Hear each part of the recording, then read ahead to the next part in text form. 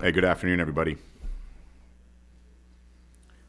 We got 1:15. We apologize for the delay. For those of you who don't know, we were on the floor a bit longer than we anticipated. So thank you very much for your patience. But we're going to try and get the train back on schedule. And before we get going, I'd like to ask Representative Wade to open us up in prayer. Heavenly Father, we thank you for this day. We thank you for all the many blessings that you bestowed upon us. And let us, Lord, just follow after your will and way to serve others and to always uplift those that are in need. Thank you for this day, and help us to make good policy decisions that will benefit the citizens of this state, and especially those students that this committee directly helps serve. In Jesus' name I pray. Amen. Thank you, Representative Wade. For the record, we have quorum. Quorum for this committee is 3. So we look good today. We are hearing from Chairman Belton. We're hearing House Bill 32. The LC number is 490286. Chairman Belton, the floor is yours. Thank you, Mr. Chairman. I really do appreciate you hearing this bill today. HB 32 should look very familiar to you because it's exactly what HB 736 was last year. 736 started out as it was a bipartisan product. Mark, I want to talk about the different people who were on it. We went through 12 different drafts, believe it or not, and we had a really good, I think, bill together for.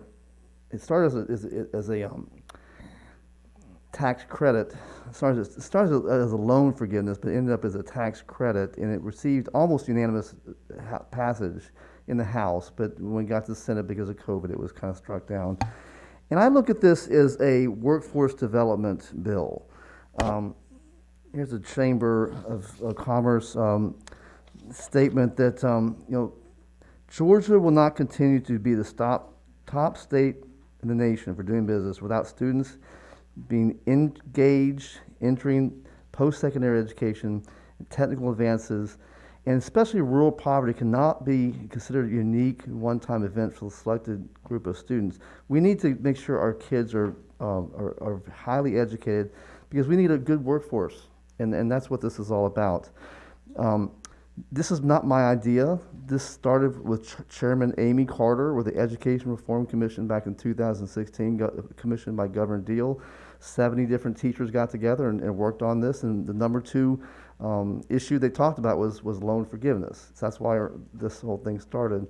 I'd also like to remember the words by the UGA economist last year to the Appropriations Committee saying that education is workforce development. Increase revenue, increase income. Remember, he said the best way to increase revenue is to increase education because that's where your income really comes from. And I'd also like to acknowledge that rural Georgia is not doing great. We have some really good educational gains in the last couple of years, but in rural Georgia, there's a lot of poverty in rural Georgia, and that's what I'm trying to pinpoint. This bill is a laser-focused, pinpoint way to address the needs of these children who either in a very rural school or in a school that needs improvement is in the bottom 5% in the scores. 46 states have something like this, 46. There's been 43 different studies on this. And what they overwhelmingly decide or conclude with is that this really does help minorities, and it really does help the rural development. What we do in this bill is we take a universe of 325 schools of very rural schools and also poorly performing schools. And some of the poorly performing schools are rural schools, but some of them are urban schools. We allowed the Department of Education to shrink that universe down to 100 schools, and then the Department of Education allots 100 schools with however many teachers they're going to let participate in this program. In the bill is capped at 1,000 teachers, making $3,000 a year on this tax credit. So the maximum amount of money it can cost is $3 million. And each teacher can only accept this for 5 years maximum.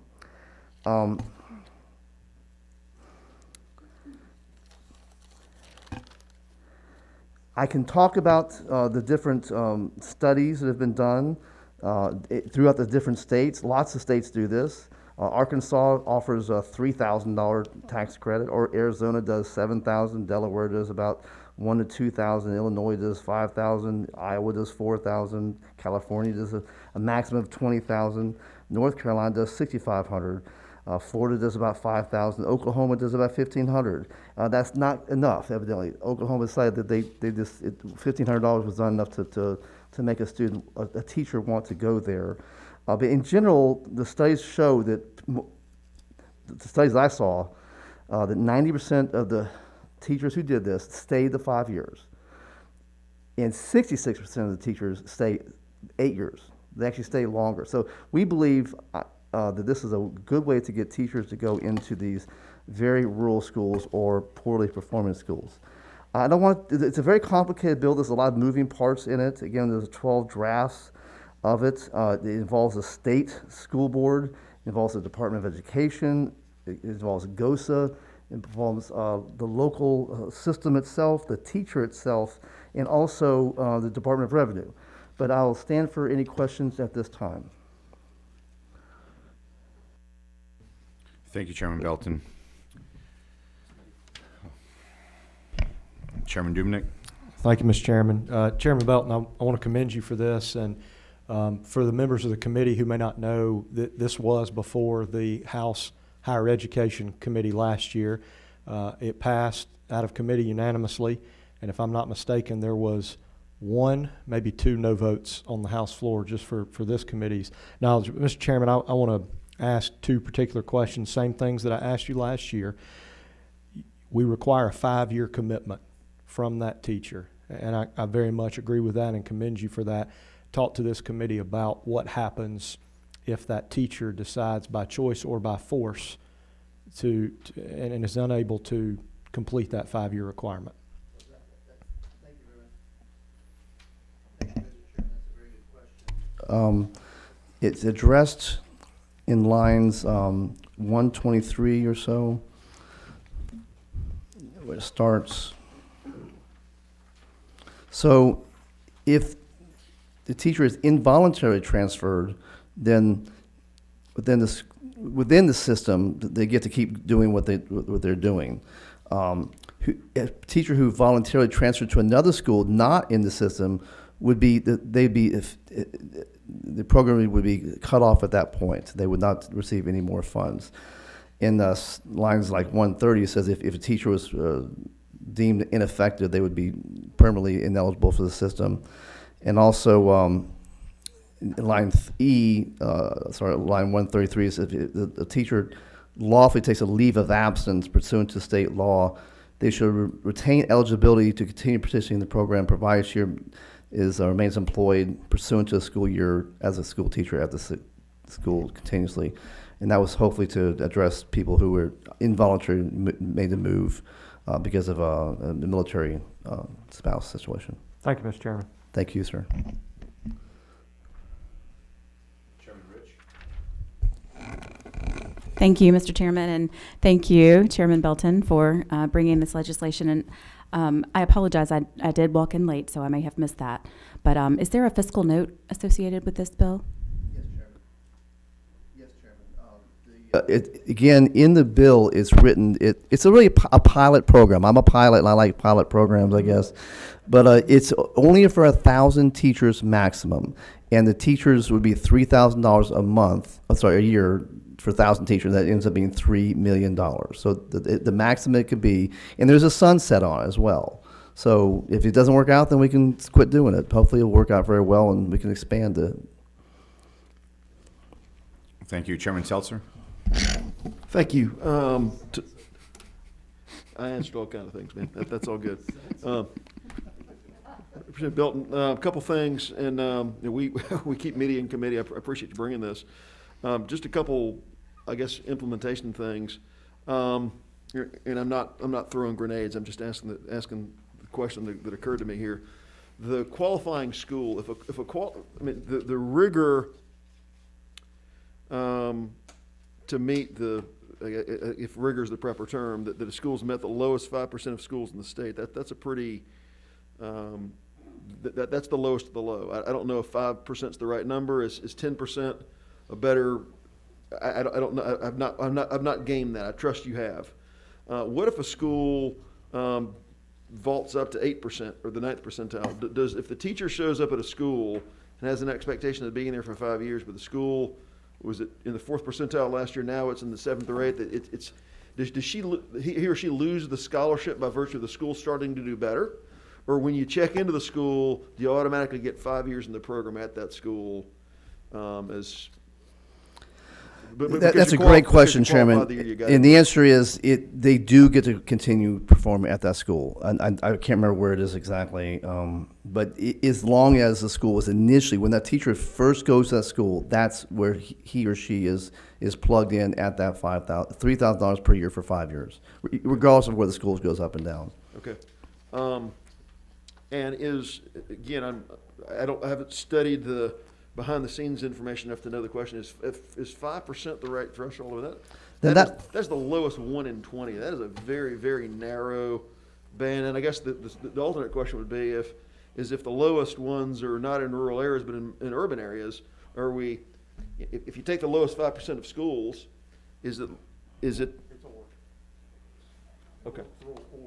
I got you.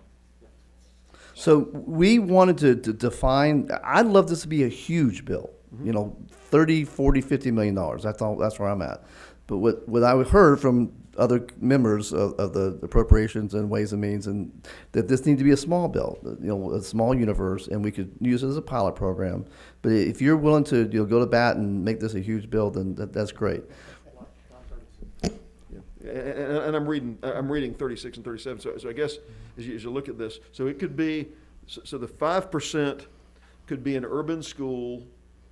If it's in the lowest 5%, it could be an urban school based on the 5% or less percentile standard. And then rural kicks in no matter what the performance is, rural counts. But rural in line 44 is defined. This is a federal definition that the Department of Education, the feds use. No more than 5 miles from the nearest urbanized area, or no more than 2.5 miles from an urban cluster, as assigned by the OMB, defining the metropolitan. That's a very definite place. And again, that universe is very small. I can tell you exactly how many. It's 188. And is that the county? No, or is that the school? I'm not. The actual school. It's the territory. I'm sorry, it's the territory of the county. So I'm just trying to ask the dumb questions here. So so if you're in, and it may just be my not being as familiar with this. So is there an ability to have, if there's a county seat that's got 10, 15,000 people in it, and I know there's a definition here. Can you take the school in the county seat if the county's small? Do you have to be out in the? Is the school location? I mean, there's. So line 36 says a qualified public school. It means a public school that's located in the rural territory, so that's what the rural territory is in the state, or a school that's performed the lowest 5%. And rural territory is defined in line 44 means territory that's more than 5 miles from the nearest urbanized area. The urbanized area does not mean Madison, Georgia. It means a pretty big place. So. This is a federally guideline that the Department of Education in Georgia understands very correctly. They know exactly who is in this 188, and then know exactly who is outside of it. Okay, so there's a bright line standard right now that gets to apply, that we don't have to think up ourselves here in committee, is what you're saying. Yes, sir. Thank you, Chairman Setzler. A couple questions from the chair before we move on, Chairman Belton. First of all, you said that this is a pilot. Where does it sunset in the bill?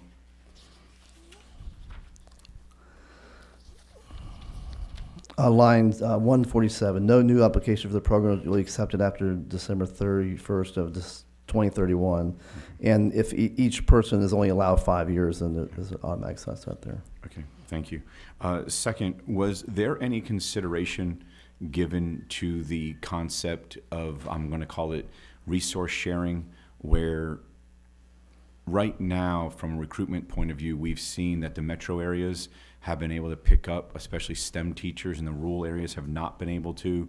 So hypothetically, I have 10 calculus teachers in, say, Hall County, and 9 of them are filled, and then I have one that's maybe 2/3 filled. I have X number of, I'll say, calculus seats available. Is there a way that virtually that Hall County calc teacher could be teaching Eccles, Bacon, Coffee, and Camden? Or is this just physical?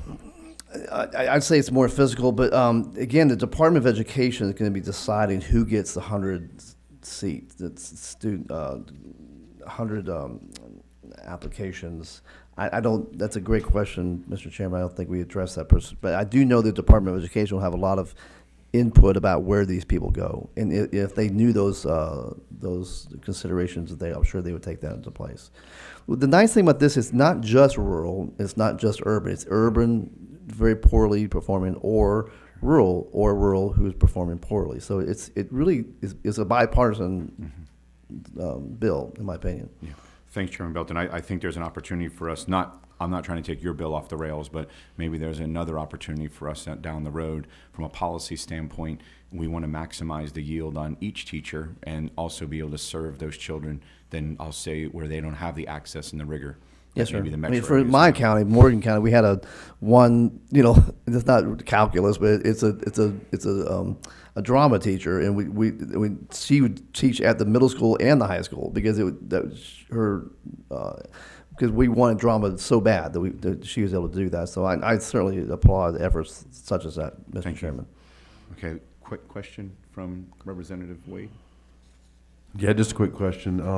I see here you've got an estimated 325 most rural schools, and the DOE is going to do 100 most needy schools. Any estimation as to the number of vacancies for teachers in those right now? How many would start year one out of your, do you have a guess? I know it's 1,000 maximum. I don't think they're going to identify 1,000 in the first year. Do you have Well, any we hope they will. estimations? Again, this is not just new teachers. It's any new teacher or an existing teacher who wants to move to a place. Okay. So we think we'll fill that 1,000 pretty quickly.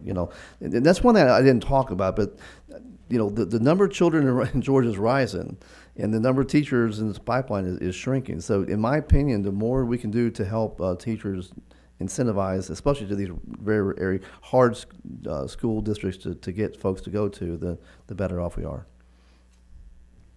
Thank you, Representative Wade. Chairman Belton, we don't have any more questions right now, but we do have one individual who signed up to speak to the bill. So if you don't mind, if you could yield the podium. I'd like to ask Josh Stevens to come up, please.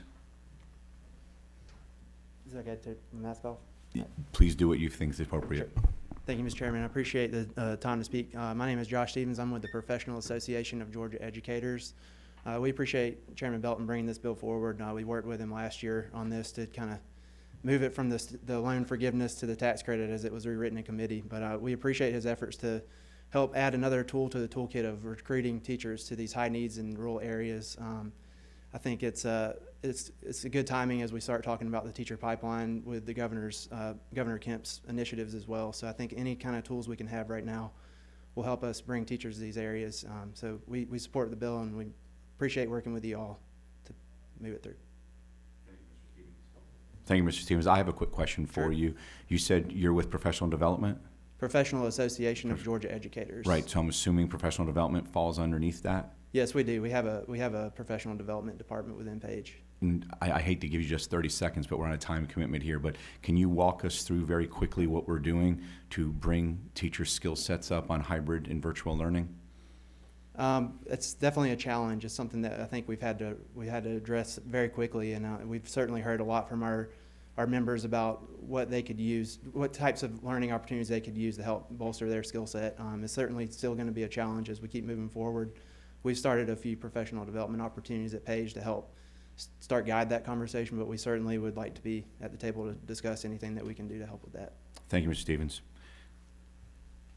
All right, we don't have any questions for Mr. Stevens. The chair will entertain a motion. Motion to pass. Second. I have a motion. I have a second. All in favor? Aye. All opposed? Hearing none, the bill passes along.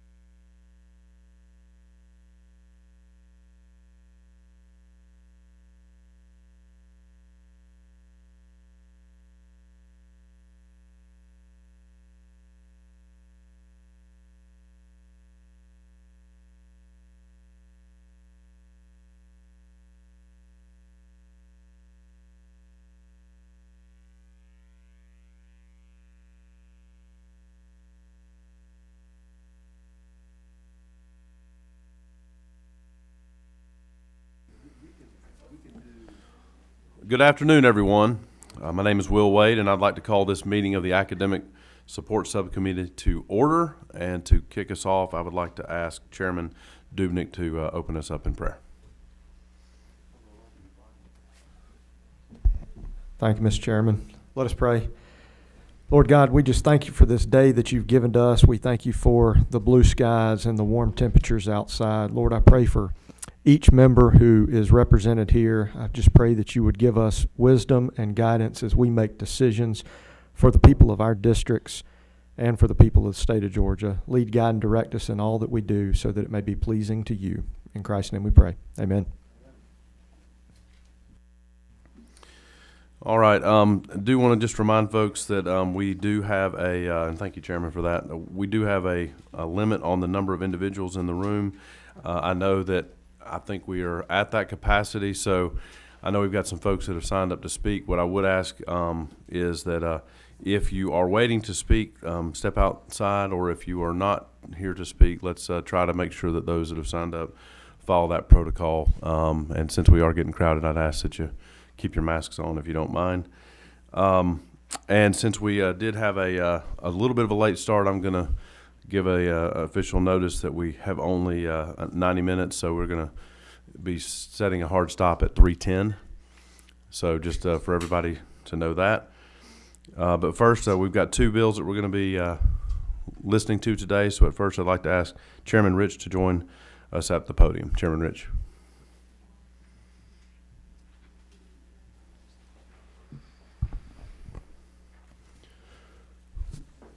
And just for clarification, you're going to be presenting House Bill 287.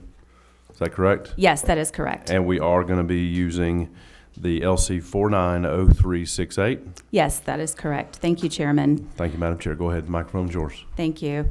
This bill provides for an update to the code, which currently requires education on drugs and alcohol in our K through 12 schools.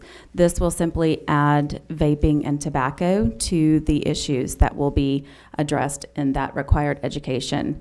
It leaves it up to the local school boards on how to actually implement that program.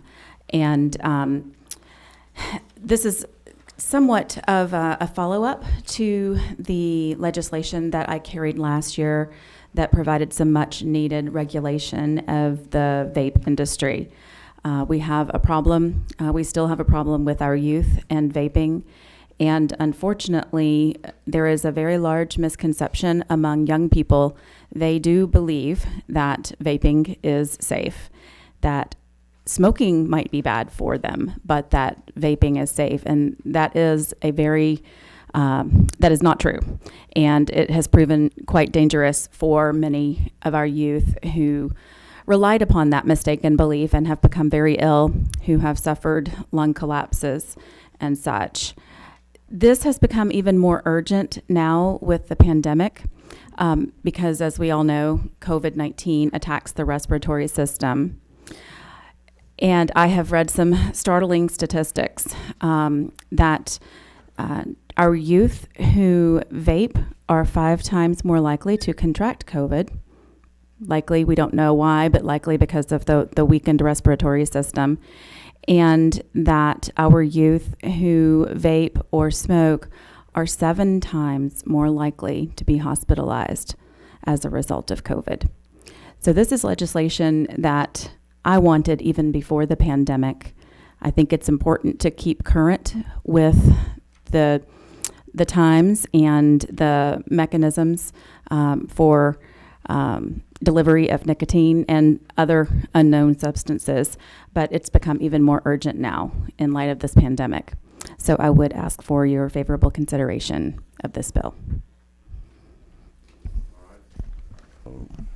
Sorry, I'm a little bit new. First, we're going to go to number 11. Who's sitting at 11? That's me. All right, go ahead, Chairman Dubit. Thank you, Mr. Chairman. Thank you, Chairman Rich. So I see on line 13 here that we say that this education will occur in every year in every grade. Can you talk a little bit about how we take this new educational not program, but knowledge, details? You know, I have a 3rd grader and a 5th grader, and and I'd love to hear how this is going to be put in front of them. Right. Well, the state leaves it up to the individual school boards on exactly how to present it, because every community is a little bit different, and might have different needs or issues, from the very rural to the urban communities in the city. So this will be implemented at the school board level, the local school board. They're the ones who will decide how it's presented, and they do a very good job with the current program with drugs and alcohol and presenting it on a level that's appropriate, age appropriate. And I might add as well that there are some ready built curriculums from the CDC and some other nonprofit organizations that these school boards that may not have the time to develop their own, they can just take those and then they can modify them as they see fit as well. Chairman Jaspers? Thank you. Go ahead. Mr. Chairman. Thank you, Mr. Chairman and Chairman Rich.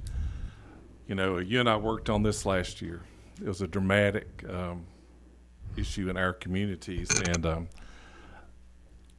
I love your bill for one reason is, you know, a little education last year, or more, I think, more descriptive, fear, drove the use down dramatically. And I think something like you working on here will help us educate our children the hazards involved in it. I appreciate the work you're doing on this. Thank you. All right, do I have any other questions?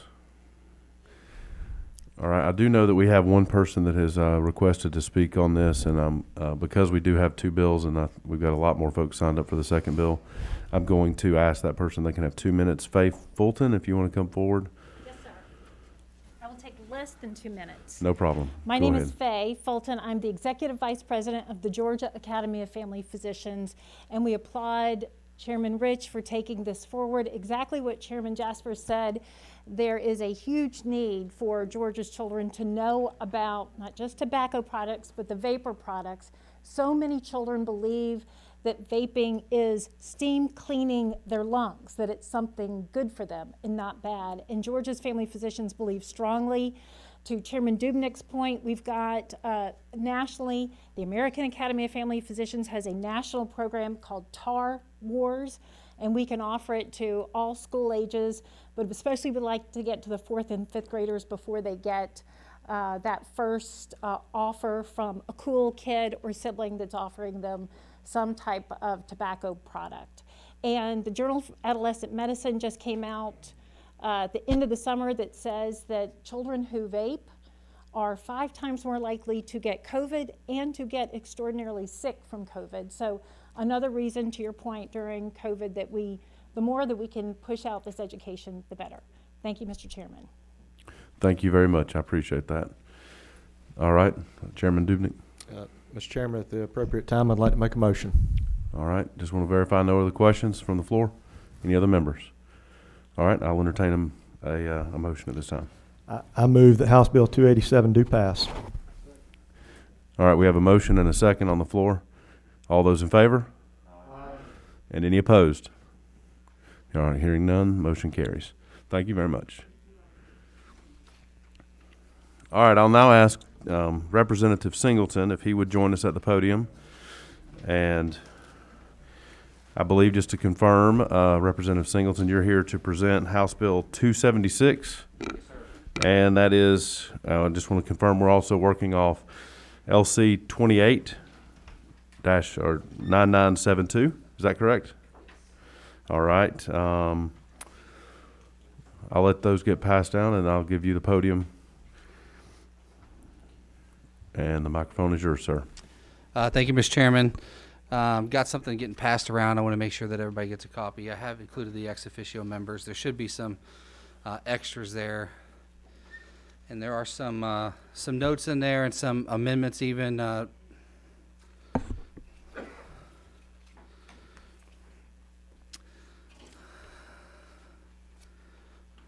Give everybody a second to get those passed out. And just hold on one moment, Representative Singleton. I want to make sure, are all the members of the committee now seated in a seat? I just want to make sure that we don't have anybody that's missed.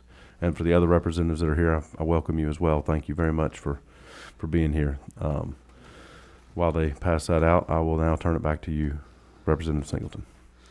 Thank you, Mr. Chairman. I'm going to be very brief up front because I know there are a lot of members to speak. I know that there's some other members that would like to speak, so I'd like to get them the opportunity because they've got other committees to go to at your discretion, obviously, Mr. Chairman. So I'll be very brief at first, and then if you let whoever you want to speak have the opportunity to speak, preferably the members and then the other members of the community, and then I'm happy to come back up because I am positive that there are questions and there's some details we're going to want to go into. So if you're okay with that order, that's what we'll do. The bottom line for this bill, House Bill 276, girls deserve to compete on a level playing field. Allowing males to compete in girls' sports destroy fair competition and women's athletic opportunities. This bill does two things. One, it makes sure that we define in law when we're talking about athletic competition that when we talk about boys versus girls, we're talking about the biological differences at birth. So it's actually aligned with what's more commonly referred to as sex, the definition of sex. The code was written prior to there being a distinguished difference between sex and gender in common practice. So in common practice, gender is typically referred to now as something that is based off identity, whereas sex is based off of the biology. In Georgia code, I wanted to make sure to clarify that because in Georgia code, it's referred to as gender. And so we've clarified in the first portion that gender, we're talking about the biological differences between men and women, which is the definition of sex. So it says that biological boys cannot compete in girls' sports. The second portion of the code provides a enforcement mechanism, which is a civil cause of action. If a biological female loses an athletic opportunity or is harmed in some way because the violation of the law, it gives them the ability to pursue civil cause of action for remedy, most likely an injunctive relief. So that's the crux of the bill. I know that there are a lot of questions, so if it pleases the chairman, I'm happy to yield right now and let those that want to speak on it, and then I'll come back up and answer all the questions that I know that there are. Let me do this first. Before we open it up for that, I do want to allow the members of the committee that would have any questions initially. I want to make sure that they have an opportunity to ask a question, and because it is a topic, I want to ensure that we also keep those short and concise, but I want to ensure that each member has an opportunity to ask a question if they so choose. So I will open it up for questions for you right now before we have others speak. Sure, absolutely. Thank you. Do I have any? All right. Hold one second. I had somebody that had selected it before you, so I want to honor that. And then you're Mike 4, so give me just a moment. Number 7, is that Representative Wynn? Yes, thank you, Mr. Chair. Representative Singleton, I'm sure you're aware that transgender girls are among some of our most vulnerable students when it comes to harassment and violence. I want to share with you just a couple of quotes from students who just shared their experience of what it was like to be in school environments and learning environments in which they don't feel safe or accepted. One student said, "I wait until I get home to use the bathroom, even when I'm at school for over 10 hours. I wear my gym clothes over my normal clothes to avoid changing in locker rooms." The second quote, "I transitioned in 7th grade and was bullied profusely by my peers. I asked my health teacher to educate the class, and she said it was too complicated for the students." On the other side of this, when we see that transgender students are fully supported in schools, they thrive. In addition to that, in 2020, more transgender individuals were killed than any other year in the United States since we first started tracking that data in 2013, and often in very violent ways. So nowhere in this bill do I see any protection for transgender girls, but what I do see is a violation of Title IX, which does include protection for transgender students, including equal access to educational activities that are consistent with their gender. As you may know, President Biden also recently restored, through executive order, protections for transgender individuals The statement made by the administration was children should be able to learn without worrying about whether they will be denied access to the restroom, the locker room, or school sports. Given that this bill will likely violate several federal laws, how do you anticipate that will affect funding for Georgia schools, especially regarding Title IX? Okay, that's a lot to unpack, so I'll do the best I can. The first thing I want to address is I am aware and empathetic, and in fact sympathetic to the plight of those transgender students that you mentioned. And I think that we all should make sure that they have access to mental health capabilities and that we take care of them. I want to make sure that it's clear, though, that this bill is not about transgender athletes. In fact, that is the smallest percentage of biological males that we're talking about. So this bill is preventing biological males from competing in female sports. All biological males from participating in female sports. So I want to make sure that we're accurately and fairly characterizing what the bill does. The Title IX, that's an interesting interpretation. In fact, Title IX uses the term sex, not gender. So that's a misinterpretation of Title IX. We know that it will be upheld. You talked about the executive order. Without going into all the details of it, it's very similar. Right now, the executive order has zero force of law on us. In fact, there's been some in the administration walking back that it's going to change anything for specifically the transgender athletes that I mentioned, because there's been a lot of pushback. We don't know what the Department of Education is going to do yet with the executive order, since it was so vague. We believe it'll probably be akin to the 2016 letter to colleagues that was issued by President Obama that directed that all school systems treat individuals based off of their identity, not off of their biology, which we know that was injuncted by a federal court. It was held as that's non-constitutional, and so that's something that has to be legislated. That can't be done by executive fiat. So there is other cases of pending litigation. So far, a bill like this has always withstood the judicial scrutiny, and it will continue to do so. This is something that we do as a legislation.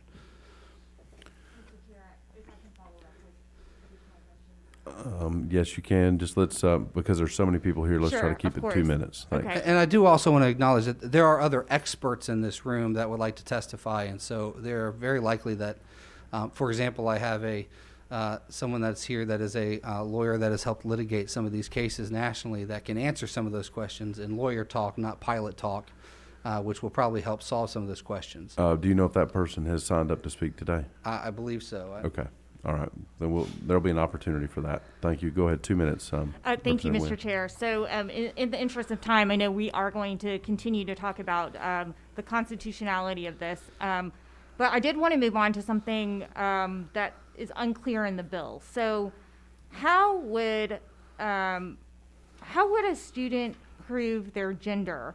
It doesn't lay out how that would be proven. So are girls going to be subjected to examinations to prove their gender? What does that look like? No, absolutely not. It says it's determined by their gender at birth, so their birth certificate. They submit a birth certificate in. Yes. And then a follow-up question is related to a transgender student potentially taking a spot from a competing student. How do you prove that happens? How do you make the case that a student took a spot from somebody who may not have gotten a spot on the team? So, I mean, I guess I don't fully understand the question. So, if there's an athletic competition, for example, if you take the Connecticut examples, when the two transgender track athletes, won 17 titles in the year that they transitioned from being male athletes to female athletes, I believe that was fairly apparent at that point. So it's hard to answer a hypothetical. In fact, I'm not going to answer a hypothetical, but what we have seen in the past is that it is very apparent when a transgender athlete. But again, I want to highlight that this is, I appreciate the intent on trying to make this about transgender athletes. This bill is about protecting girls' sports. There's noise that's trying to detract from that, but this is why this bill is so supported by members on the left, so supported by members on the right. This is a nonpartisan bill. This goes back to the fight for Title IX, which is to make sure that women have equal opportunities under the law, That's why Title IX was written. That's what women have fought for, and that's why we see so many organizations, women's rights organizations, that are fighting for this, because giving a biological man the ability to compete against biological women is bad for our girls. It's bad for our children, and it's something that we have to protect those rights of those individuals. Thank you, sir. Let me make sure. I think Representative Wilson, did you still have a question? All right, I'll give you 2 minutes to start, and then we'll see if there needs to be a follow-up, if that's okay, just to go ahead. Representative, I appreciate you saying that your intent was not to make this a bill about transgender students. Is that right? That's true. This bill, they're not mentioned in the bill. We're not trying to carve out anything for a specific group other than our female athletes. We are making sure we protect our female athletes. But surely you can appreciate the concern of those of us in the LGBT community that this bill is targeted towards transgender students. So my question is, I think there's 24 members on the Education Committee. I'm the only LGBTQ person on this committee. How come, if that was your concern, why are we just now talking about this? How come you didn't come to me before about this? And have you met with other members of the LGBT community to allay their fears of what this bill is targeted or directed to? So again, yes, I have. I have been reached out to and talked to many members of the LGBT community.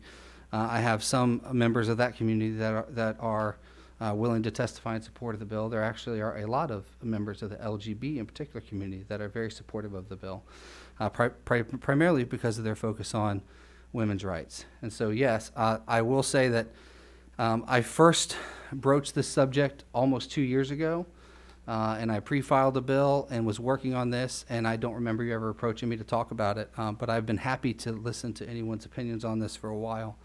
I think it's important that we protect our girls and our women in sports. I think that my daughter is 10 years old, and she deserves the right to be a champion, and I don't believe that trying to carve out or protect one entity at the cost of another, I don't think that that's a valid argument. I think that's a bad argument.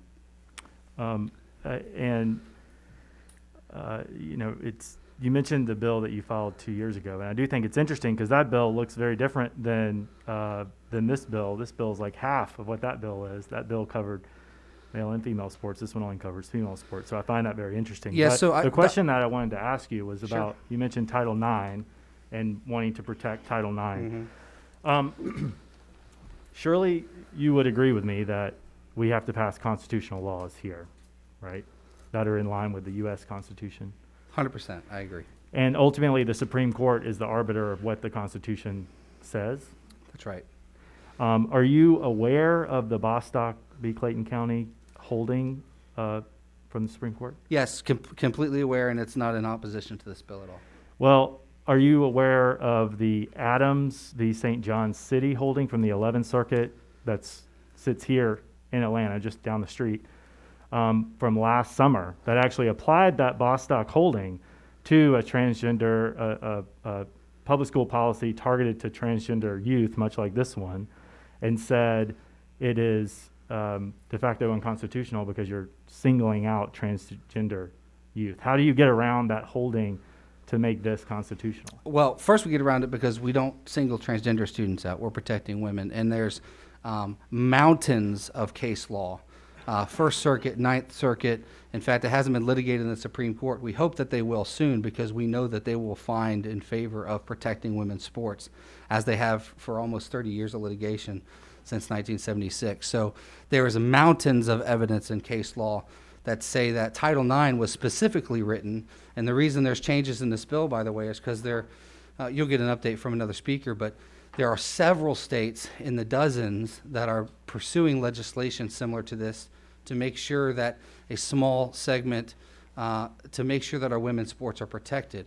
And so the Title IX was written, and it actually says in there specifically the reason we got rid of the protections in both ways is because Title IX is carved out to protect women's sports, and that's why it says the phrase in there about where sport participation was previously limited. In other words, Title IX does not protect the ability a young man to go onto a woman's team if there isn't another one available because the athletic opportunities are abundant. That doesn't hold true inversely. And so there's plenty of litigation on this, and I believe the case law is clear. And you do have a valid point that it has not, I mean, I don't think you made the point, but you implied it. It has not been litigated to the Supreme Court level. I agree with you that it likely will at some point because there are several circuits that have ruled differently on this topic. Representative Singleton, just to make sure that everybody, I'm a new chairman. I'm not going to pretend to be a Supreme Court nominee or genius, but I do want to make sure that everybody has questions, and I've had another representative waiting. If we need to come back to that question, I think he's asked his. I think you've fully answered it. Can I come back to you since this person's been waiting, but I will come back to you in a moment, okay? Thank you. Chairman Jones, if you would. Thank you for being patient, sir.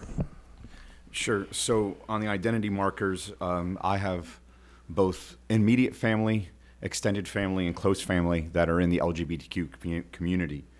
I also have 4 children, 3 boys and a girl, and the girl is a rather high-performing athlete. Is there anything in the bill, because I couldn't find it, that would preclude anybody from playing in club sports? Absolutely not. So, for instance, my children have all played travel sports, club sports, etc. Would this bill preclude any participation in that? No, it would not. Okay, so this is just strictly around high school sports and currently the university level. Is that correct? That's correct. Okay. I want to go ahead and hold my other questions, Mr. Chairman, for later. Okay. I do want to point out, and it just goes back to the previous, but it is important. We don't legislate. We never have, and I don't know any self-respecting legislative body that ever will legislate based off of the fear that at some future time, at some unknown place, that some other body may change the way that they legislated. That's very different from legislating against current case law, but that's not what we're doing. I think that's important to note. All right. Thank you very much. Representative Wilson, I'm going to give you 1 minute to do a follow-up, if that's okay, and then I'll come to you. Just if you have a button or raise your hand, I'll make sure to come back to you. So go ahead, Representative Wilson. Thank you, Mr. Chairman. Representative, my question was about, we were talking about the Supreme Court precedent and the precedent of the 11th Circuit, of course, which Georgia is bound by because of where we sit. Is it your intent to get this case to the Supreme Court? You recognize the fact that this would be counter to the 11th Circuit holding. So, no, I disagree with your assessment. I do not believe it is counter. We don't carve out anything based off of transgenders and this transgender people in this bill. This bill is laser focused on protecting women's sports, completely in compliance with Title IX. Okay, thank you very Any much. assertion other than that, maybe there's some other bill that someone wants to put at some point that would carve that out for that population group, but this bill does not do that. All right, thank you. Go ahead and Mike 6. I'm going to give you 2 minutes, okay? Go ahead. Thank you, Representative. Thank you, Chairman. Representative, I would like to just understand the problem. How many girls in Georgia have been denied the opportunity because of the participation of athletes who are male on their birth certificate, participating in sports? Just to be fair to you, I want to make sure I understand the question clearly. You're asking how many people have been hurt already before we protect them from being hurt? Like you were just saying how we don't want to create law on the supposition of some fear of something happening, and I'd like to understand what is the problem. Well, what is the so current problem? right now, who has experienced this problem?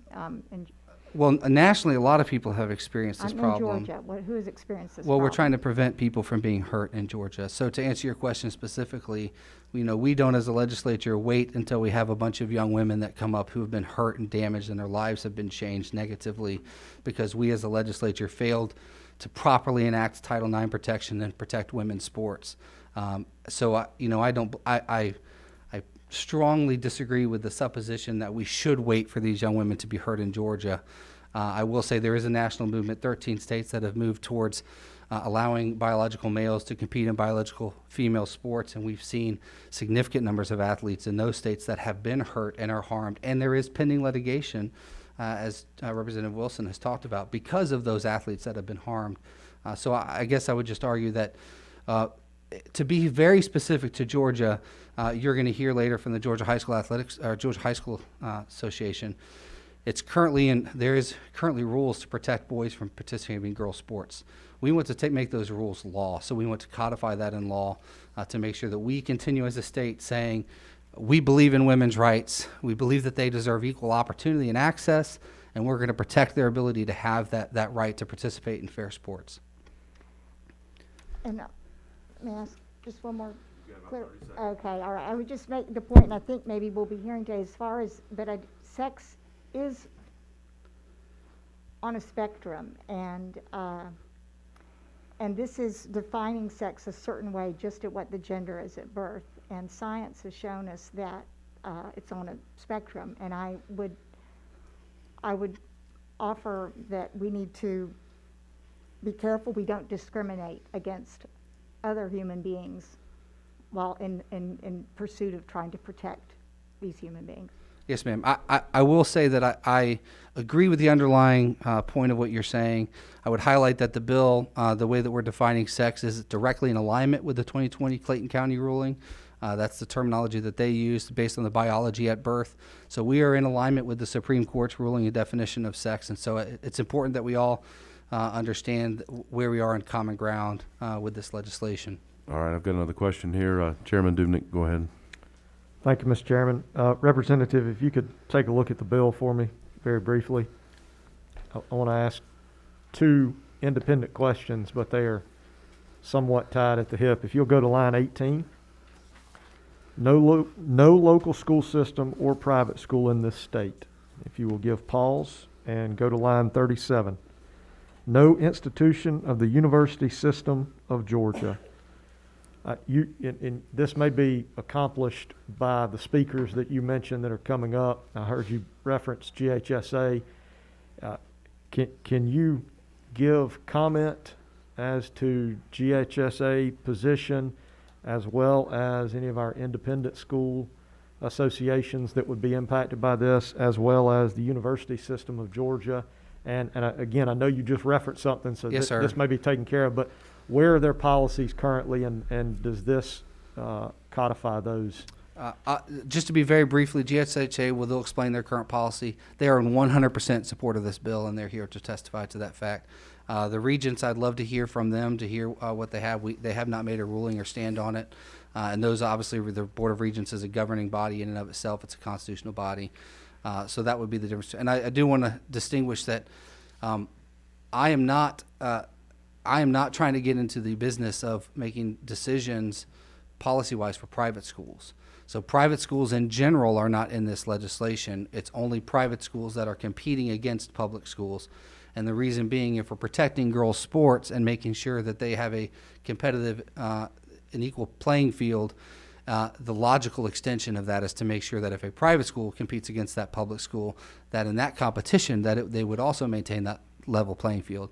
Now, the private school that chooses to operate on its own and make its own rules should have the freedom and the ability to do that. I believe that would be an overextension of our authority as a state. All right, thank you, Chairman Dubnik. All right, I've got 12 folks that have signed up to speak, and I want to allow somewhere between 1 and 2 minutes, depending on if there are any other member questions before we go there. So I want to find out, are there any other members that have any questions before we hear from those that have signed up to speak? I'm not seeing hands, not seeing flashing. So I'm going to ask folks to come up in the order that they requested to sign, so that I'm not trying to show any favoritism to anybody. So I guess the early bird gets to speak first today. So first, and please forgive me if I pronounce your name wrong. I will do the best to do your name honor. I'd like to ask Heidi Miracle. She signed up to speak to the bill. If you will come on up, I'm going to give you 2 minutes. And if you'll just make sure to let the folks know who you are with. If you're with an... Okay.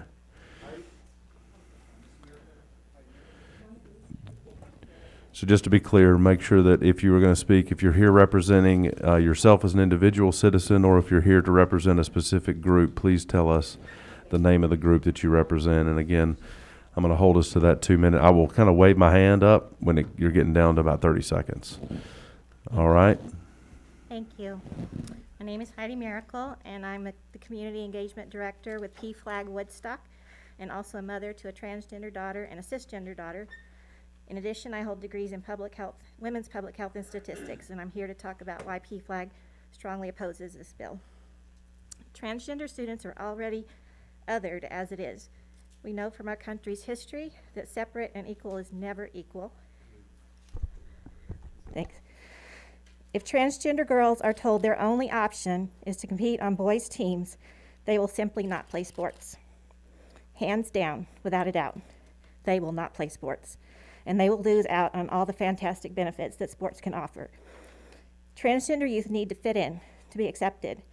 To force them to be on a team with a gender identity that does not match their own and against their will would be devastating. Sports offer the opportunity to feel connected and a deep sense of belonging. They offer the opportunity to learn to be part of a team and to learn about trust and commitment of time and discipline and hard work. Sports should always be about inclusivity. Sports are good for children's physical and mental health and well-being. This bill will essentially become a ban on trans girls playing sports, taking away one of the best ways they can take care of themselves. Your fears that trans girls take away anything from cisgender girls are unfounded. We need to focus on the facts. Recent years have seen our transgender youth zeroed in on as part of the assault on the equal rights of transgender people. This is unwarranted. Transgender athletes have been competing for decades. The NCAA, IOC, and several other professional and amateur sports leagues allow transgender people to play in accordance with their gender identity as early as 2004. And in that time, women's sports have continued without any negative effects. So what is the goal of HB 276? Is it to make the playing field more even? If that's the case, why not focus on proven ways to make things more fair? Ma'am, just to let you know, your 2 minutes is up. Can you wrap it up in 10 seconds? And I do appreciate you being here. I just want to make sure everybody can speak. Sorry, I was looking over here watching. I understand. Sure. PFLAG's mission and goal is to help families and individuals in the LGBT community lead healthy and happier lives. We are in desperate need of inclusive policies that protect all students in sports. And I have, had a little more, but it's all in this article I'm going to submit as testimony from Lashia Clarendon, who's a athlete. Thank you for coming today. I appreciate that. All right, next I would like, and forgive me in advance for hopefully not mispronouncing your name, Jen Shipikoff. And if I mispronounce it, please pronounce it for us. You were close. It's Slipikoff. Slipikoff. I apologize. That's okay. You're not the only one. You won't be the last. You've got 2 minutes. Okay. Go ahead. As I dropped my 13-year-old daughter off at school last week, she leaned into the back seat, gathered up her lacrosse equipment, and trotted towards the school, balancing her backpack, her bright pink lacrosse stick, and duffel bag. I sat and watched her for a few moments, marveling at her flowing strawberry hair, her little frame, her grace, her lightness. She just clears 4.5 feet, barely weighs 60 pounds. She is trim and lithe, toned and tiny. She has a peaches and cream complexion with thick, long eyelashes and small, delicate features. She struggled during the pandemic. Her access to friends and fresh air diminished, creating a vacuum of solitude and hours spent behind her computer completing schoolwork alone. The spring sports season brought a promise of normalcy, a glimmer of hope, an opportunity to socialize and exercise safely. This body seeks to take that away from her. Why? Because my daughter happens to be transgender, and there happens to be a lot of misunderstanding around what that really means. It's not dangerous for my daughter to be on the same sports team as her girlfriends. She's not taking the spot of another, more deserving girl, as if my daughter deserves less than. She is not a threat. Rather, she is a teenager that has worked for the last decade trying to help people understand who she really is. Her teammates have been her friends since preschool. Pulling her from this team of her cherished community and sending her to play with the boys would be nothing short of traumatic and cruel. I can tell you with absolute certainty, the boys' team would not be safe for my teen for many reasons, the least of which is that her petite size would be overpowered by the boys on her team. Aside from her physical safety, she would undoubtedly be heckled by players and, dare I say, parents on the sidelines, wondering what a girl is doing competing against their sons. So I'm left wondering, if she doesn't belong on the boys' team and she doesn't belong on the girls' team, where exactly do you think she belongs? Can you tell me she belongs somewhere? Or do you think she doesn't belong anywhere? Because that's what passing this bill will tell her. Thank you for coming today. Appreciate you speaking to this issue. Next up, I would like to ask Shannon, I believe it's Clausen, to come forward.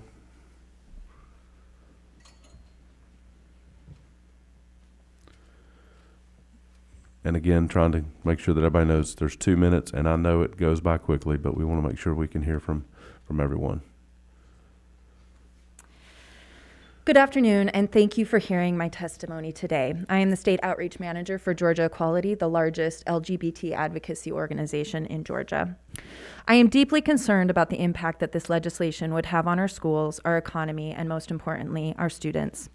According to the language of the bill, any student that feels she has been wronged can bring a costly lawsuit against the school, regardless if the student in question is actually transgender.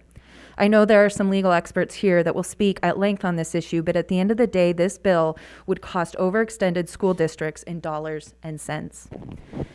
In addition to burdening school districts, this bill could significantly harm the economic future of Georgia. As we saw in North Carolina with their transgender bathroom policy, it cost the region an estimated $40 million in the summer after that bill was passed, and it cost the governor who supported that bill his governorship. HB 276 clearly violates the NCAA gender inclusion policy from 2011 and the anti-discrimination policy adopted in 2016. In the next 5 years, Georgia is scheduled to host 12 NCAA championships in Valdosta, Athens, and Gainesville, in addition to Atlanta. Passage of this bill could result in the withdrawal of these championships and the subsequent economic stimulation they provide in Greensboro and Cary, and in North Carolina, where 7 championships were withdrawn from that state after their transgender policy. They estimated that they lost $18.5 million in those communities. Moreover, the city of Atlanta is currently bidding to host the 2026 FIFA World Cup Games. These games represent a significant financial investment in Georgia, and legislation like HB 276 is in direct conflict of FIFA's human rights policy. Why are we risking real athletic and economic opportunity on an issue that has not been a problem in Georgia thus far? In the new report, Fair Play, released this week, researchers found that more than 6.8 million high school students live in the 16 states as well as Washington, D.C. that already have fully inclusive transgender sports policy. That's your 2 minutes. I'll give you a few minutes, just a few seconds if you want to try to wrap up a final thought. Thank you.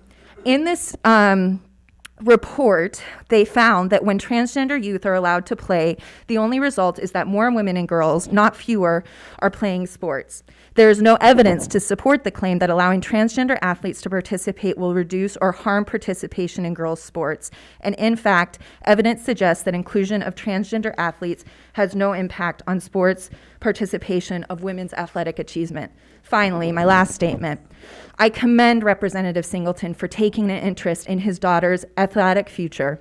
Far too few women participate in women's sports, and the report, Chasing Equity, by the Women's Sports Foundation has robust recommendations on how to support girls' athletics. Thank you. I encourage the representative. Thank you. I'm gonna have to Just cut your the mic. last sentence, No, sir? I do. I've given you more time than the other folks, so I want to be respectful of that. Thank you for coming, and I appreciate your Thank you, your sir. comments. I appreciate Thank you. it.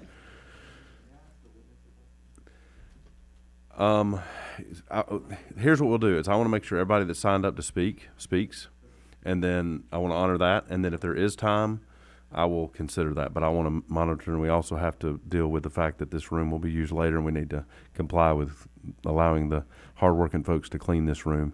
So let's try to get through those things, and I'm sure that the person would not mind you asking a question off, after this meeting separately. Okay. Now I would like to ask Chase Strangio to come and speak. And again, if I mispronounce your name, please forgive me.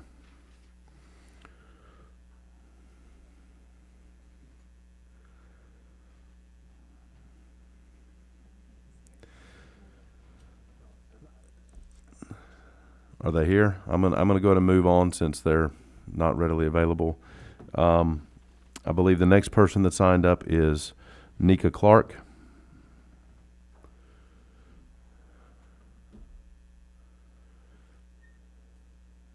All right. Feel free to come on up to the podium when you can. No problem. And again, just trying to make sure that everyone can speak. I'm going to give you 2 minutes, okay? Okay. Thank you. Playing softball and rugby for several years during secondary school and college enriched my adolescence and young adulthood immeasurably. I've enjoyed countless benefits as a result of it. But I'll only describe a few. I was not the most disciplined child by a long shot, but expressing my athleticism via organized sports taught me how to successfully navigate structured environments such as a classroom, and gave me an outlet in which to channel my hyperactivity and excess free time, which could oftentimes get me into trouble pre-sports days. I credit sports for inculcating tenacity, resiliency, and grit in me. Those traits equipped me to endure losing my entire support network at the age of 20, among other obstacles. I can seamlessly build a rapport with folks from eclectic backgrounds, readily discern when to assert myself or defer to others, and I'm adept at maximizing the productivity of a team by virtue of each team member's strengths and despite their weaknesses, all thanks to sports. Although my experience with sports was overwhelmingly positive, because of my bodily composition and blackness, coaches expected me to play despite injuries and to always perform exceptionally. If I faltered on the field, I often endured harsh criticism.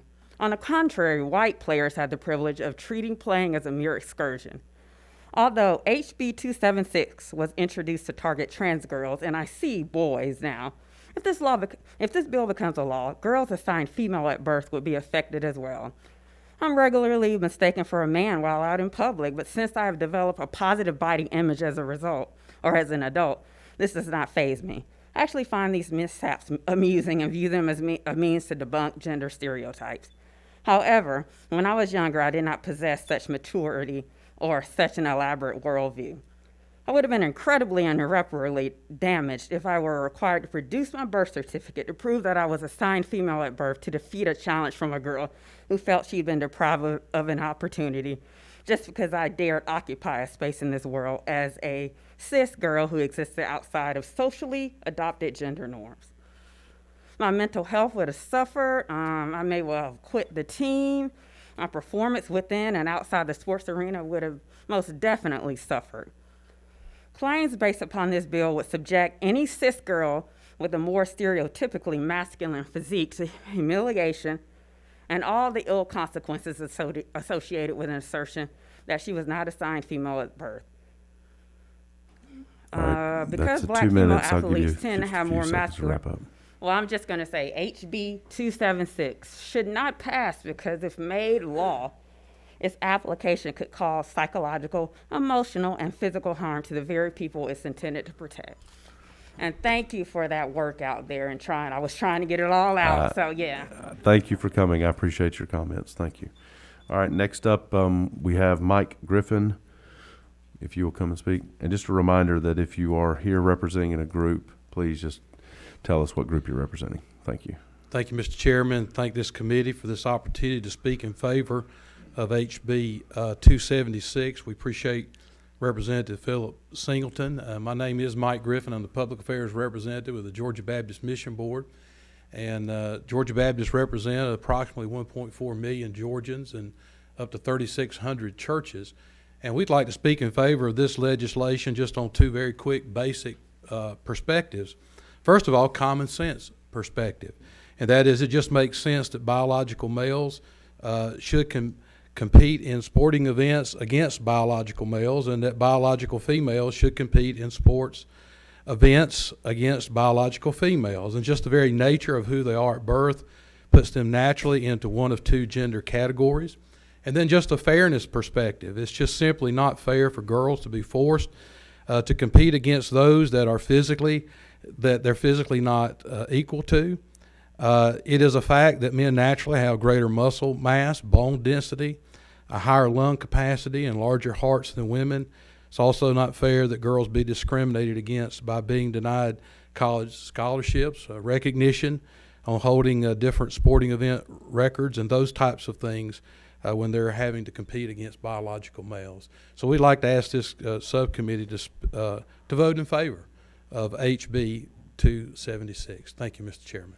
Thank you, and thank you for completing that under time. Appreciate that. All right.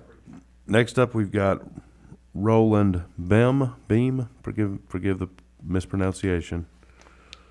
No forgiveness is necessary. It's a frequent occurrence. Let me get this undone from my glasses and we'll be on our way. Good afternoon. Thank you for the opportunity to address this body. My name is Roland Beam, and I volunteer and serve as a board member in the Georgia chapter of the American Foundation for Suicide Prevention. And I am here to testify against passage of HB 276. Our mission at AFSP Georgia is to save lives and bring hope to those affected by suicide. We do not discriminate as to which lives to save. We work to save them all, including those groups with high rates of suicide like Georgia's veterans, members of rural communities, and our transgender citizens. AFSP Georgia's advocacy against HB 267 or 276 is a function of the high rates of suicidality, deaths, attempts, ideations among our students, and especially among transgender students. According to the Georgia Student Health Survey, approximately 1 in 20 of Georgia's 6th through 12th grade public school students attempted suicide at least once in the past 12 months. For transgender students, more than 1 in 3 attempted suicide in the past 12 months. So what is the connection between sports participation and suicide? Sports participation provides students with opportunities to develop a sense of belonging, connectedness, and contribution. Social support and connection are key protective factors against suicide, and positive and supportive social relationships like sports teams help buffer the effects of suicide risk.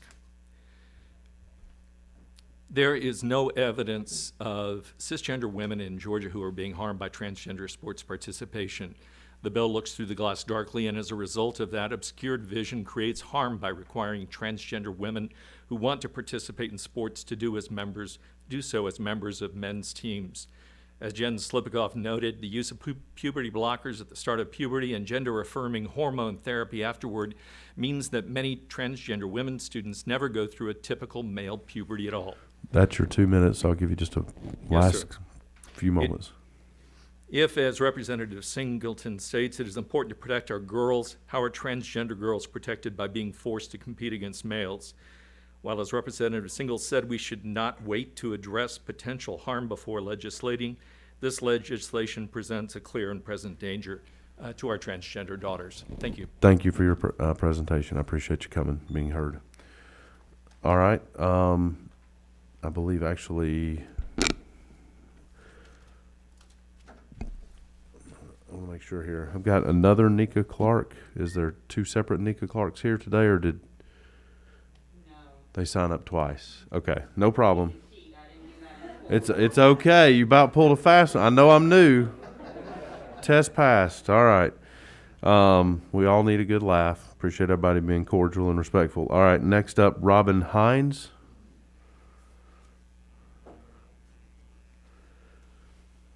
All right, and then I'm going to give you 2 minutes as well. And if you're with a group, please tell us who you're with. Good afternoon. I'm Robin Hines, and I'm the executive director of the Georgia High School Association. And first, let me say that it would certainly we don't want to discriminate against anybody. We also want to have a level playing field, and a lot of what we do, be it through grades, be it through transfers, these sorts of things, so that we don't stack teams and all that. We try to make everything as even as we possibly can. As far as what our policies are currently now is the Georgia High School Association accepts the gender that is identified by the local school district and local school system. Should this pass, I could see that remaining the same. As far as going and speaking for the entire body of the Georgia High School Association, I'm a little bit uncomfortable doing that now because we have not had this discussion about this particular bill. We do have a Board of Trustees committee meeting tomorrow, which I fully expect a robust conversation, surrounding these issues. I don't think there's going to be any question about that. We need to do that. And with that being said, I'm willing to take any questions that anybody may have. I know there's been some things asked about our policies, and you had some questions earlier, and I'll be glad to address those the best as I can.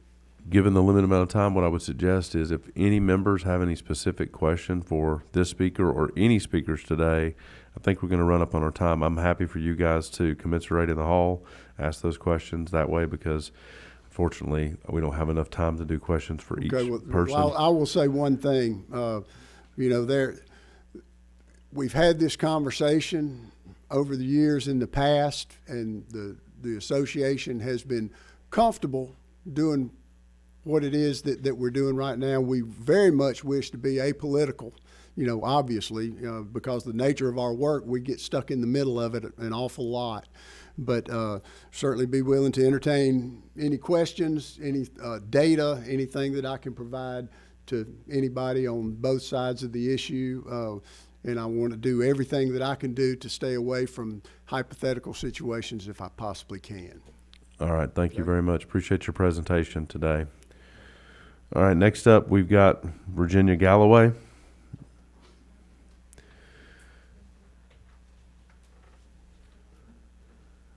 And again, just tell us who you're with, and then 2 minutes after your introduction. Okay. Hi, I'm Virginia Galloway. I'm with Faith and Freedom Coalition, and I just want to rise in support of this bill.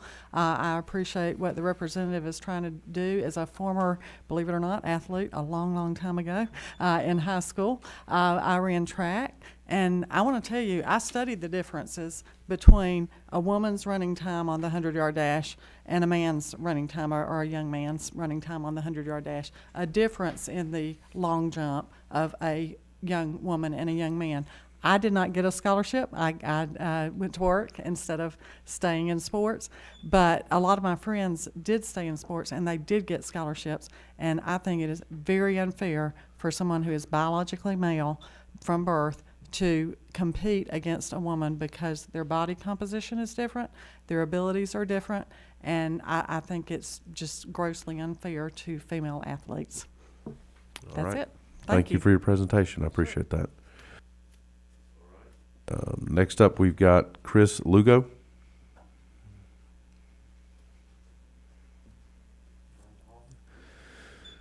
Just double check to make sure that Chris Lugo.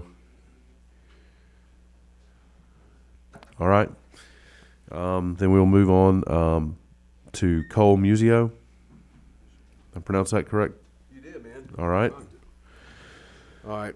My name is Cole Muzio. I'm the president of Family Policy Alliance of Georgia, but my favorite title and what I'm going to be known as henceforth is Audrey's dad.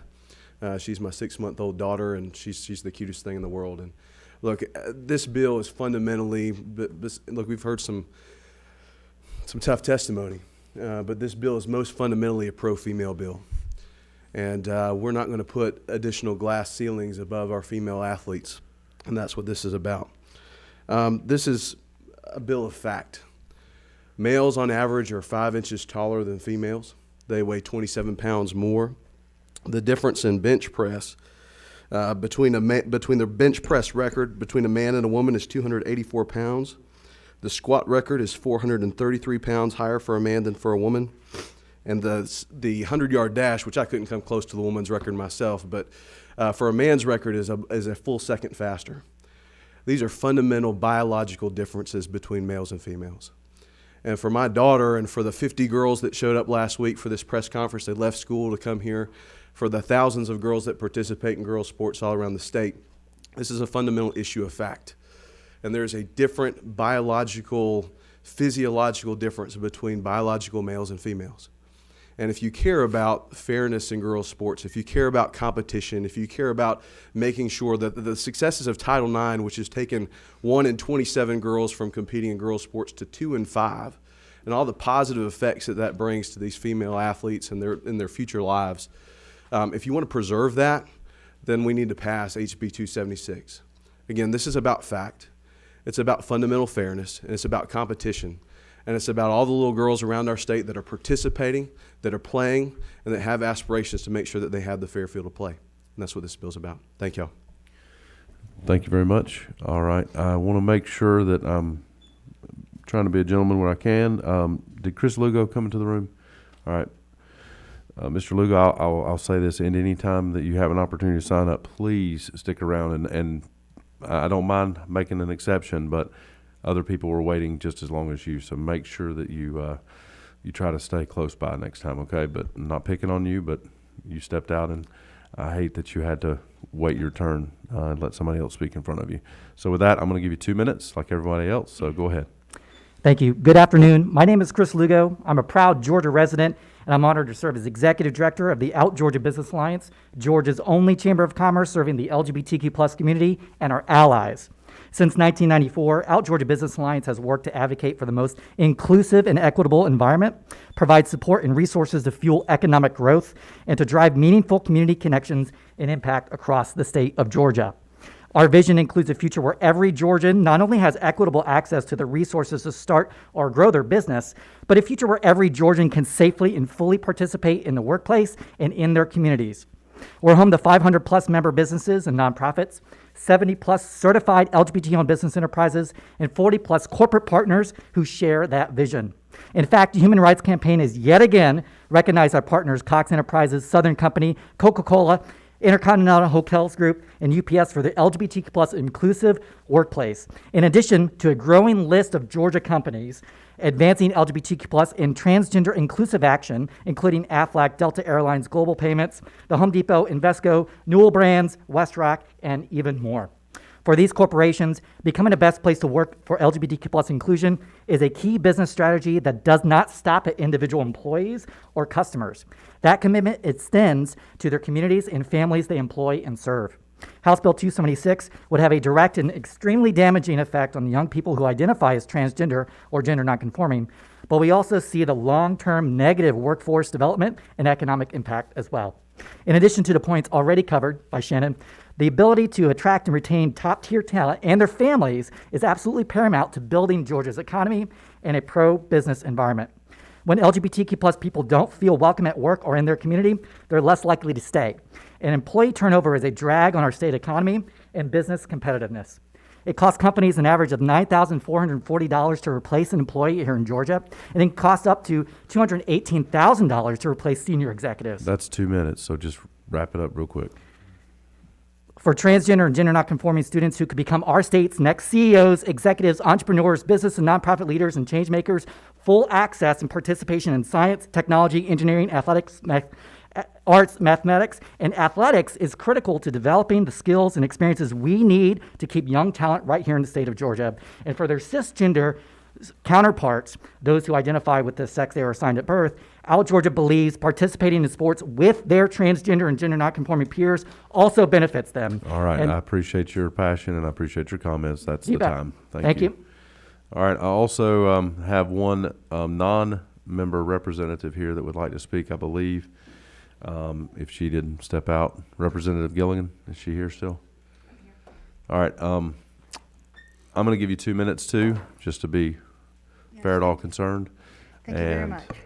Is that okay? That's awesome. Thank you All very right, much, you Chairman. got the mic, 2 minutes. Thank you. So, yeah, we've heard a lot of stuff about Title IX, but one of the things I want to mention about Title IX is it benefited me. So I'm older than a lot of people in this room. I get that.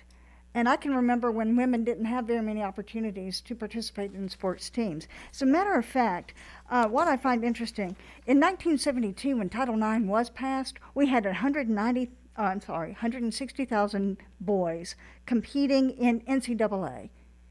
We only had 30,000 girls competing in NCAA. Today, it's 278,000 boys and 216,000 girls. That's huge. That's huge. For high school, boys, 3.7 million in 1972. In 1972, 295,000 girls had an opportunity to play sports. In high school today, 4.6 million boys, 3.4 million girls. Title IX was awesome because it gave me an opportunity. I'm not an athlete.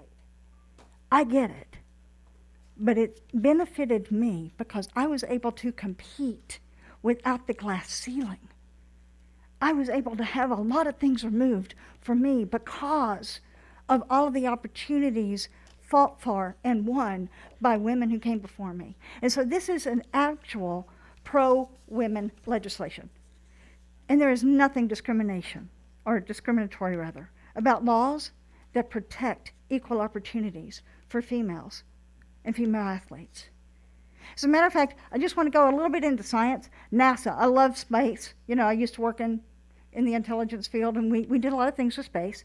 And so NASA has done a lot of studies because astronauts, they have male and female astronauts.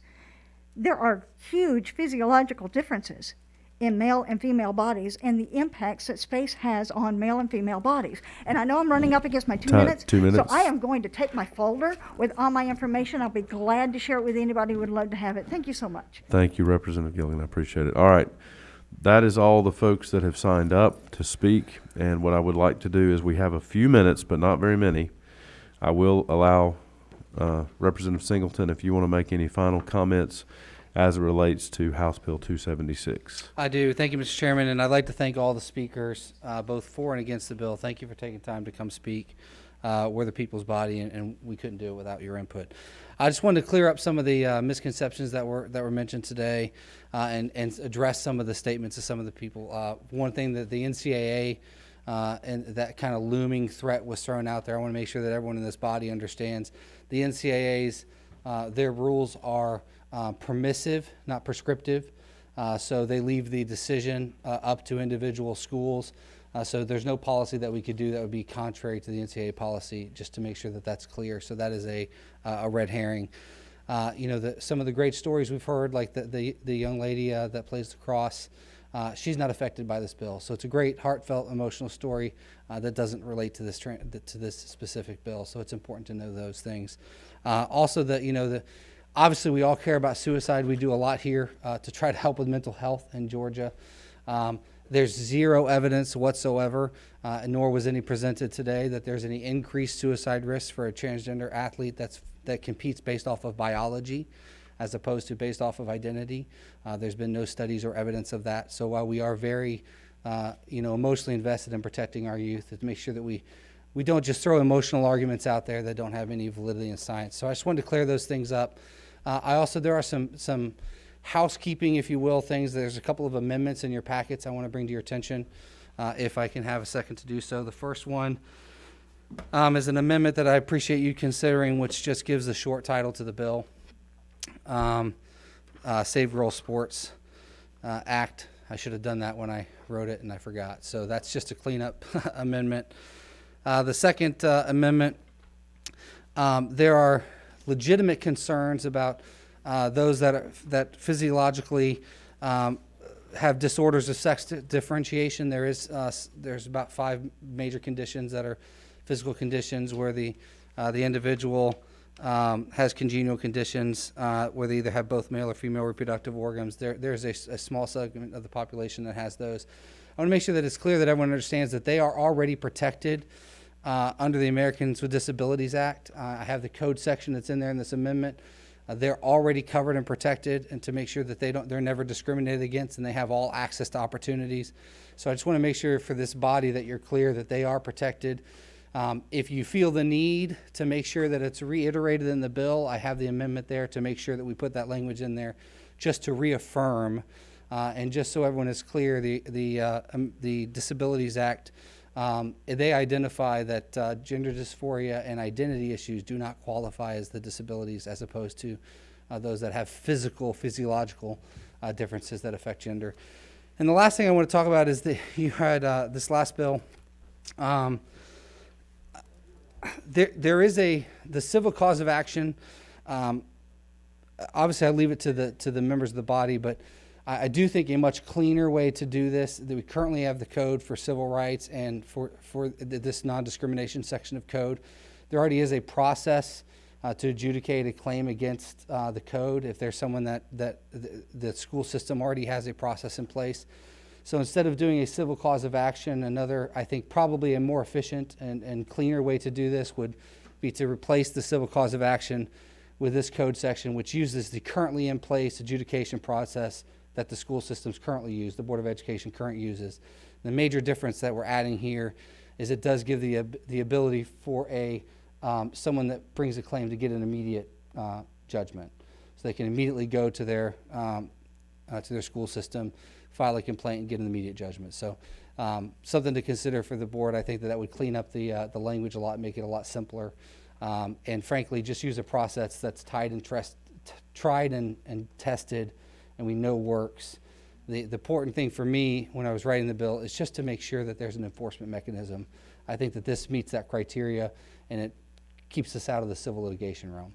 And it also addresses, as you notice, some of the comments, that I think I've addressed. I mean, it's you can see that there's a lot of organizations out there that are lobbying for LGBTQ rights, and they're trying to, there's been a lot of effort to make this bill about that. I want to make sure that it's crystal clear to the committee that this bill is about protecting women's sports. It's about protecting women. There's a difference between gender identity and sex, which that has been conflated and confused multiple times today. They're used interchangeably, and they are not. Athletics is about biology and physiology, and we already separate sports based off of those criteria. Sex is just one of those. We also do it by age, we do it by height, some of them in weight, some of them by grade. It is a common way to differentiate. And by the way, biology, the differences between men and women, is the largest discriminator that we know of scientifically that affect athletics, the single largest discriminator. So I appreciate if there's any questions, I'm happy to answer them. All right, we've got just a couple of minutes. I'm going to allow for any questions from committee members, but I want to keep them very short. So I've got two, so I'm going to go to Representative Evans. You're mic 6, I apologize. Yes, ma'am. Yes, Rep. Singleton, I just wanted, you stated at the beginning just now that in regards to the young woman who plays lacrosse, that this bill would not affect her. It's not about her situation. So what team would a person, a transgender girl, play on if she couldn't, if she's, where would a human being like that be accepted to play on the team? So again, I really wish that we could all as a group please use the right terminology. We're talking about biological boys versus biological girls. We're not talking about identity. We're talking about physical, biological characteristics. And biological boys would play with biological boys. Now, in the case of the example that she gave of her daughter, she mentioned to me in a private message separately that her daughter was on a private team, a private lacrosse team. This does not affect those institutions, we're talking about scholastically, and so they are protected. We are not getting into the private realm. But it's extremely important. This is a hot button issue, as you can see by all the lobbyist groups that are here to talk about it. But it's extremely important that we as the legislature have the respect for each other to use the proper terminology. No one's trying to be exclusive or offensive of anyone. But when we are talking about athletics, we are talking about the physiological sports, it is appropriate to use biological male and biological female. All right, I've got time for two questions, and I've got one light on, so I'm going to turn to, I think that's, who's 7? All right, Representative Wynn. Thank you, Mr. Chair. We did hear from a lot of advocacy groups that support and advocate for the LGBTQ community here today, but isn't it true that the School Board Association also opposes this bill, as well as Georgia Association of Educators? I don't believe that to be true. Some of them are here, and I have not been approached by any of them as being in opposition. In fact, most of them want to protect women. We did receive a letter, representative from the School Board Association stating their opposition to this bill. All the members of this committee received it in our email today. Thank you. Thank you, Representative Wynn. Representative Jones, you waive it? Okay.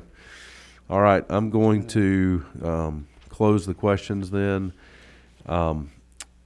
At this time, what I would like to do is, there's a few items that are in this bill that I want to work on with the author of the bill.